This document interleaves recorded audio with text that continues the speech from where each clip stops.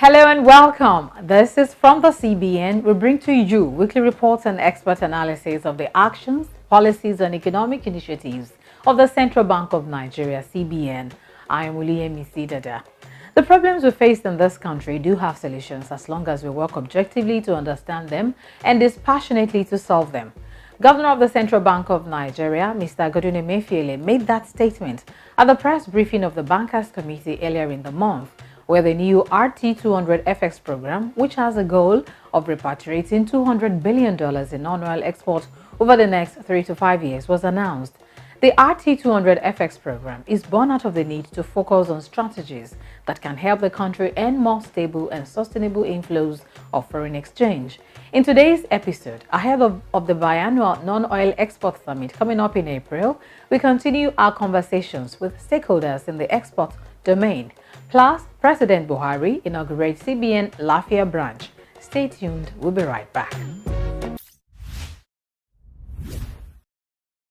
The biannual non-oil export summit is one of the 5 anchors of the Forex Repatriation RT200 FX program that will bring together all key players in the export business value chain to identify and solve problems that have plagued the sector over the years. As we count down to the summit, here's a second in the series of our conversations with stakeholders in the non-oil export domain on the CBN RT200 FX program.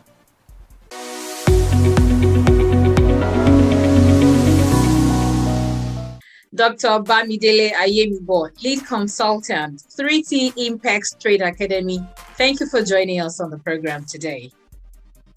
Thank you for having me. All right, you train people how to export. What's exactly was your motivation? I used to be a banker. I left banking about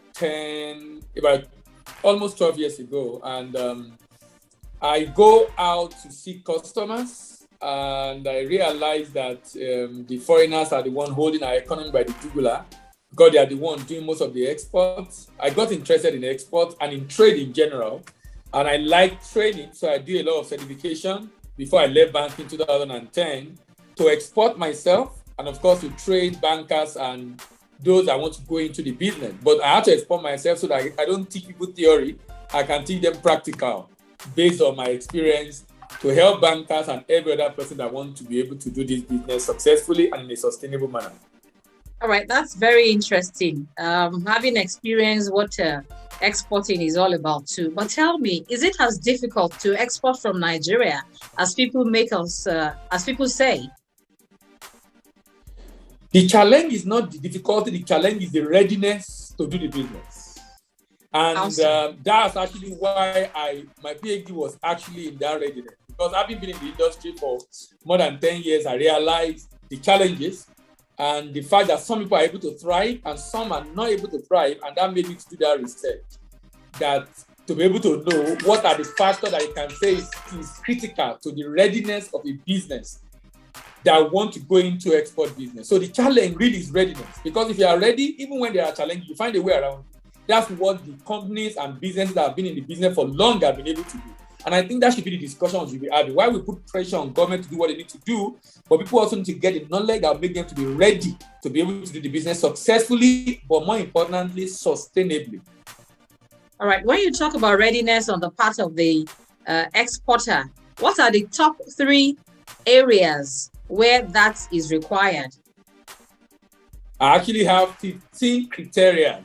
15 criteria. Let's have them. I actually have 15 criteria. So if you talk about only 3, I'm not sure that will be good enough. I will talk about the top 5, but I want to talk about the 15 areas. All right. Now, the top 5 are product, pricing, purchasers, paperwork, and payment. Now, that is at the level of just answering your question when you talk about the top, right? Now, but that research revealed 15 areas of criteria for a business to be deemed ready for export. The promoter needs to be ready. That's the owner of the business. The product needs to be ready. The pricing needs to be ready. The staff, that's the predisposition of the staff, need to be ready. The business purpose for existence need to be ready. Purpose to go global, not just to make money, because if you're going to make money when there are challenges, you pull back. Now, the first 5 I mentioned are the company's characteristics. But now, the company's capacity in terms of promotion, capacity in terms of proficiency to manage the business, capacity in terms of production capacity in terms of ability to raise money to fund the business and to pay. That's talking about payment. And in terms of positioning, even in the local market. So if I want to export, I must be positioned to export. That means my product, people locally should be interested and buying already. And then, of course, I'm probably even getting orders from abroad already, even when I've not even decided I want to go into export business. Then, in terms of the country you are shipping to, you must be able to know the people. There is this concept of the 16W of the people, that's the consumers. What they buy, where they buy, when they buy, which one they buy, who decide, and why do they buy. Then the paperwork, that's talking about regulations, certifications, and then the potential. Is there a demand for this product in the export market? Then companion. Now, this last companion, which has 2 P's, partnership and purchasers, in my opinion, are the most critical. If you get every other thing right, but you don't have purchaser, it's useless. Even if you have purchaser, you don't have partners at destination to do marketing and follow up for the payment to resolve issues when there are issues, the business will not be sustainable. So what happened is that you see a situation in which I was in Kano yesterday and I was asking one of the NEPC rep there. He said about 500 people register every year in Kano alone. In Nigeria, maybe about 2,000, 3,000 people register for export in Nigeria. Guess how many people export every year? I've been following the data since 2006. No more than 1,000 business. Between 700, 800, 900,000. Sorry, no more than 1,000. Between 700, 800 businesses. No more than 1,000. Export every year. That means some people come in and go out. So the mortality rate is high because of lack of export readiness. All right. I'm already feeling like we're in a lecture room. That is very interesting. It shows you are on top of your game. But tell me now, the CBN RT200 FX, the $200 billion in forex repatriation targets through non-oil exports, is a new initiative of the CBN, and it is meant to be a game changer in non-oil exports in Nigeria. What's your view of the program? I've been an advocate of this for many years. I think CBN is going in the right direction. I think this is extremely needed for Nigeria. My prayer and desire is that we implement it correctly and let it there be sincerity of purpose. Sincerely, it will help Nigeria to be able to achieve what CBN wants us to achieve. We need it, and we need it so desperately. So for me, it's a policy in the right direction, even though I wish it was driven by another agency, not CBN. But CBN has the money to support, so CBN is driving it. As long as it's for Nigeria, so be it. You talked about implementation. What exactly do you mean by correct implementation? Now, I wrote an article on this, which you saw already. The first one was on value addition. I think that we should set up processing facilities, not just for a business to own, but a shared processing facility. When we do that, we are going to give back to many SMEs who are going to create many jobs, and that is going to boost the volume of export we are going to be able to do. So we need a very big, massive factory, but that produce not just for one business, produce for different businesses in their own brand. This is a very common practice in China. Some of our Nigerian importers, 3 people, 4 people, 5 companies importing the same product, different brand. They are all buying it from the same factory. The factory is just a shared facility. The factory they do what they call white labeling, contract manufacturing. That way, the major headache of the businesses will be to develop the market in terms of quality, packaging, certification. The factory already have all that. That will reduce their cost of doing business. They invest more in market development. I feel we should invest a lot in share facility, in value addition that CBN is driving. Number 2, there is this concern around expanding the production capacity of the primary product, which is good, so that we'll be able to provide raw material for the manufacturers. We are focused a lot on cocoa, cashew, gum arabic, sesame seed, ginger, which are good. But our desire is to generate FX. But this product, when you look at it in the real sense of the word, they are not the mover of FX in the world. Cocoa is the highest, 9.5. All other ones are either 2 point something, 3 point something billion. None of them is up to $10 billion. Coffee is about 30 billion. Corn is about 20 or 30 billion. Soya beans is about 60 billion. If the primary commodity is at that price, you can imagine what we can make from the value chain. So why I'm not saying CBN should neglect the ginger, the cashew, the cocoa, the sesame, we should then look at additional commodities that equally have enough capacity to generate foreign exchange and support the plantation of those products to be able to increase the capacity of Nigeria to produce this raw material needed for value-added manufacturing. All right, let's talk more about the value addition of the thing. Let's take cocoa, for instance. What kind of value addition will be required to take cocoa from its raw form into exportable products?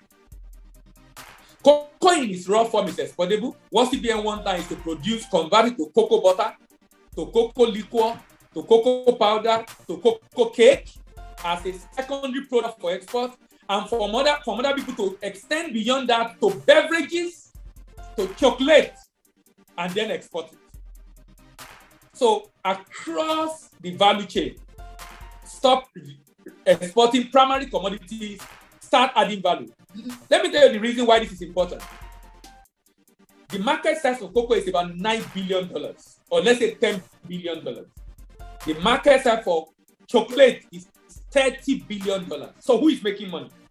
The farmers in West Africa who produce 75% of cocoa in the world, or the Netherlands manufacturer of chocolate, the German manufacturer of chocolate, the Switzerland manufacturer of chocolate.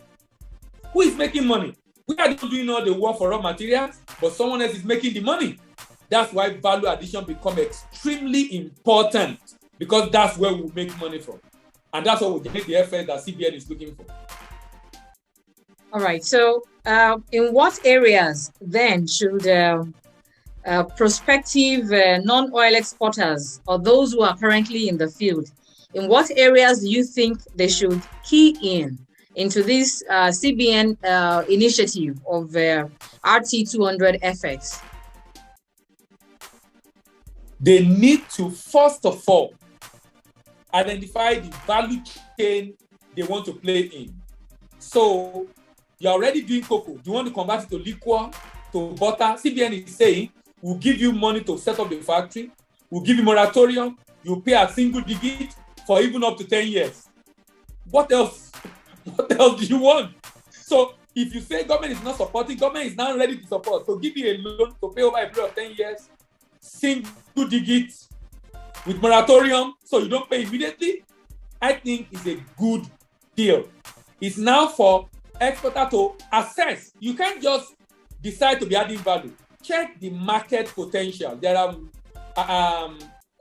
platforms online. You can have an idea of the market potential. What's the volume of demand? Who are those buying? And like I said when I was talking about the area of export readiness, in the destination you have identified online, do you have partners there? I would strongly recommend, do not export to export destination where you don't have a partner. If you don't have a partner, insist on getting a secure payment method like letter of credit. But if they are giving you another payment method like bill for collection that is not secure, means ensure you have a rep, a partner, so that if anything goes wrong, if the buyer says he's no more interested for whatever reason, if he's not paying on time, there is a rep at the destination that can ensure either transfer the goods to someone else or ensure he enforce the contract and that the payment is made.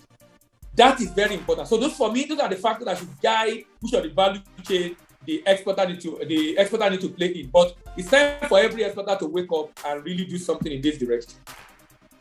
Okay, before I let you go, let's talk about the infrastructure required for smooth running of non-oil exports in Nigeria so that the CBN RT200 FX program can be achievable? What are the infrastructure required to put in place for non-oil export?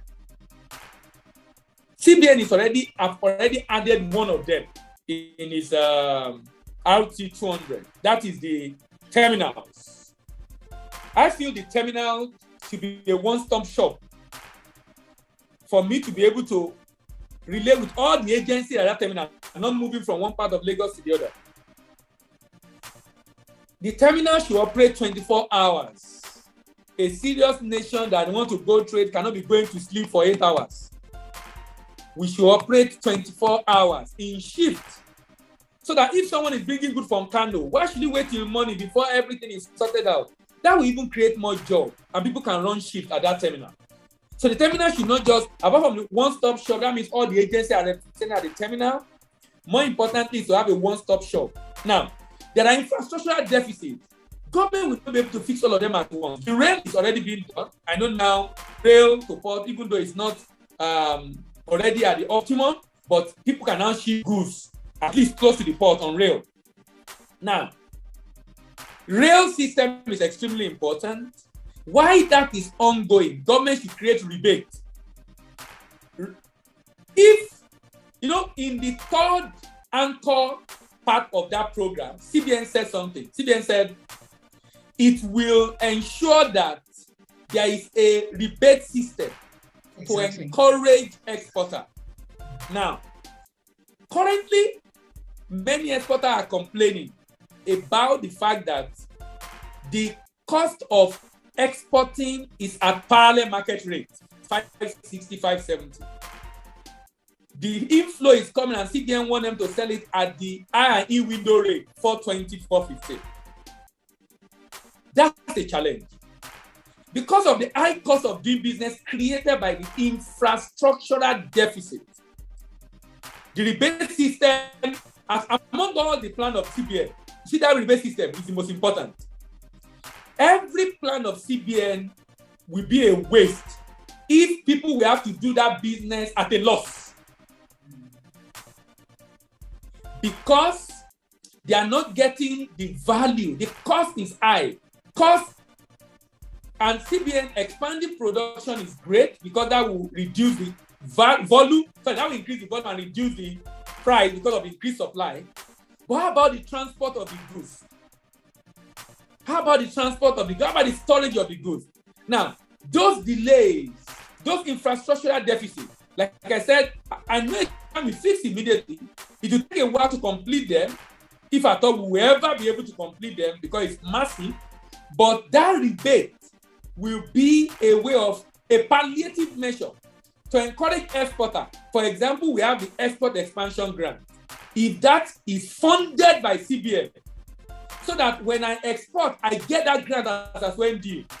If CBN can use the money for the rebate to fund export expansion grant, or other incentives, there are many incentives of Nigerian Export Promotion Council that can help to alleviate the pressure created on profitability by the infrastructural deficit. So if CBN is going to be able to work around a rebate that will reduce the cost, that will help that program to be successful. But if that is not done, to be able to close the gap between the parallel market rate and the CBN rate through that rebate, if that is not done, it will be a disincentive because people will tell you, look, what's the essence of doing it if at the end of the day I won't be profitable? So the rebate system is great, but I'm waiting for the modality of how that will work for CBN. All right, many thanks. I'm glad that you mentioned that the third anchor of the repatriation program is going to take care of that important aspect of the non-oil export issue. So we will continue the conversation. You have raised so many issues, and I'm sure some of these things are being put into consideration in the planning and implementation of the RT200 FX program of the CBN. Many thanks for coming on the program and for your insights. Thank you very much for having me.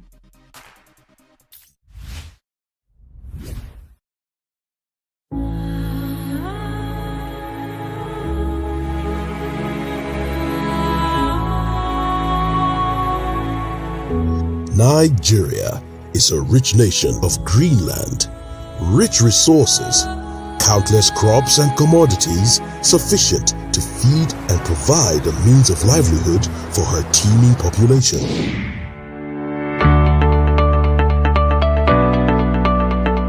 Chin up, Nigeria, the giant of Africa. Exciting times are here. We can be self-reliant and grow our economy if we work together to explore our potential.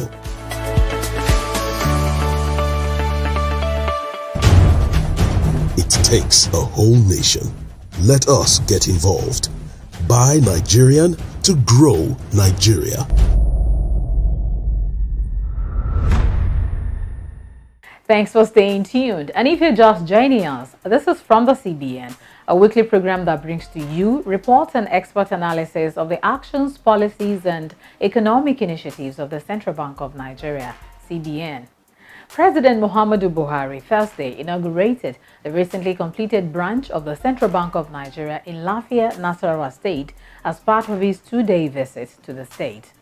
While unveiling the plaque to formally open the building, President Buhari commended the governor and management of the bank for putting up a structure that will ensure a work environment that is conducive for staff to contribute their quota to the development of the economy. Welcoming the president and his entourage, which included the host governor, Engineer Abdullahi Sule, and other governors from neighboring states, the CBN governor, Mr. Godwin Emefiele, expressed appreciation to the president for the support that the Apex Bank had enjoyed under his leadership. This building, this project, is one of the 9 new offices that the Central Bank of Nigeria decided to complete to ensure that we have Central Bank's visible presence in the 36 states of Nigeria. The purpose that you will see Your Excellency the President is that this is a state-of-the-art and internet service building. It is a building that has been built to ensure that if you say you work in Central Bank of Nigeria, in line with your vision, you don't have to work only in Abuja, neither will you only want to work in Lagos. We have provided a different working environment for our staff, but more importantly, is the fact that we built this to bring Central Bank of Nigeria closer to our people, particularly as we embark on your vision on delivering on agricultural transformation of Nigeria and to Nigerians. It revealed that the complex was completed last August after several years of hard work, using mainly local content without compromising quality, safety, health, or environmental standards.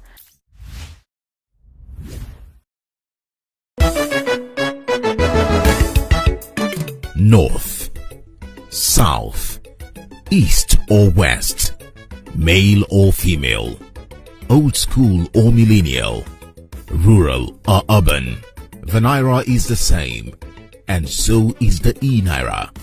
The e-Naira is a legal tender issued by the Central Bank of Nigeria. So, let's embrace it. The e-Naira will foster financial inclusion, improve access to credit, facilitate cross-border remittances, and it's easier to transfer. E-Naira, same Naira, more possibilities.